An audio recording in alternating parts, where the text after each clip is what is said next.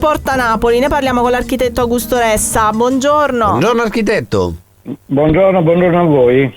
Dunque architetto, partiamo proprio da qui, cioè da una storia che cambia legata a questa zona della città. Abbiamo imparato un po' tutti a riscoprirla. Chi l'avrebbe detto qualche anno fa?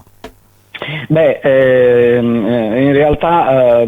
Porta Napoli è una zona della città della quale francamente non abbiamo grande conoscenza noi tarantini, perché di fatto è un nodo della mobilità, per cui noi ci passiamo e non ci soffermiamo mai, quindi non ci rendiamo mai conto di che cosa sia, quale sia la sua qualità e che caratteristiche oltre che fisiche ma anche funzionali abbia. E come ancora una volta è uno di quei quartieri che ci sono ma come se non ci fossero in realtà, e sono solo luoghi di transito. Allora questo senso di disinteresse, diciamo, da parte della cittadinanza, proprio in ragione del fatto che viene utilizzata così in maniera fugace quest'area,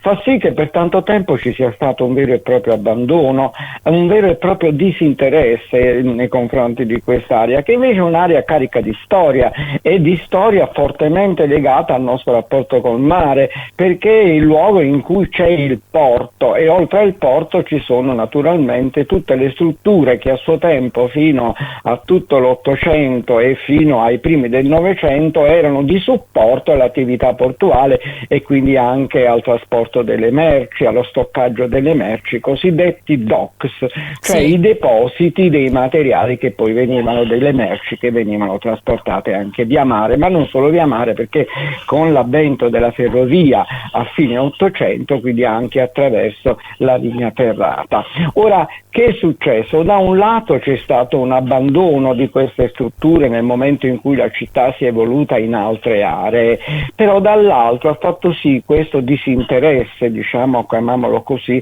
che quest'area sia rimasta piuttosto integra, se vogliamo, cioè conserva ancora quelle strutture, quell'immagine e quelle volumetrie che erano appunto quelle dell'Ottocento e dei primissimi del Novecento. Quindi questo fatto ha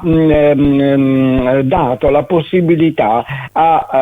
soprattutto a giovani imprenditori, le cosiddette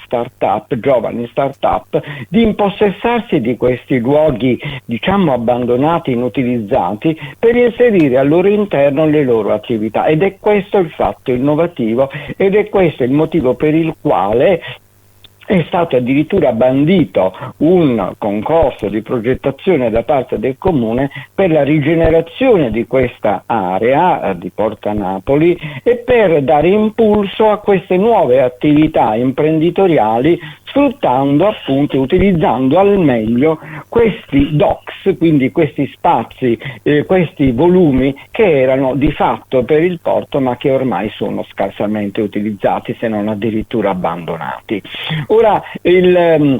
l'importanza di questa area è data anche dal fatto che è un nodo di mobilità estremamente importante. Abbiamo già parlato del porto, c'è la ferrovia, ma c'è anche l'innesto in ingresso ed uscita dei percorsi carrabili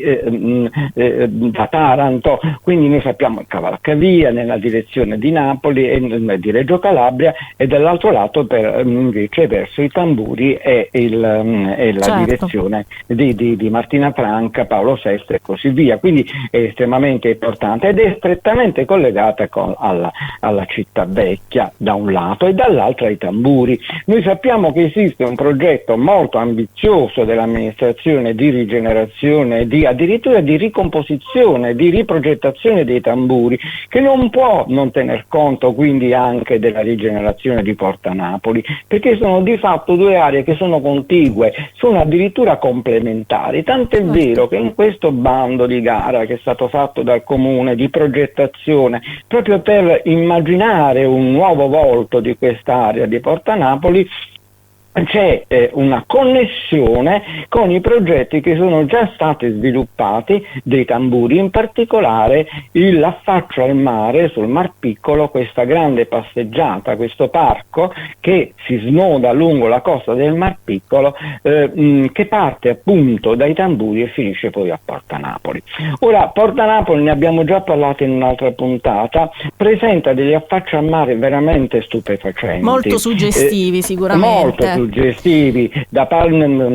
Noi abbiamo per esempio un riferimento che è il dipinto dell'Hackert, no? Di Philip Hackert, questo vedutista del Settecento, vedutista del re di Napoli di fatto, sì, che di Ferdinando dipinse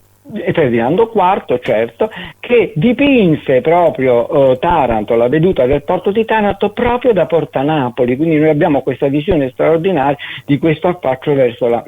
l'isola, e proprio da Porta Napoli si traguarda questa meravigliosa immagine dell'isola di Taranto, ma anche da via delle Fornaci noi abbiamo una vista verso Taranto dall'altro lato, certo, che è veramente straordinaria, che però in gran parte è interrotta, ne abbiamo parlato in una precedente puntata quando abbiamo parlato dei muri di Taranto, no? Sì. Dalle recinzioni di una serie di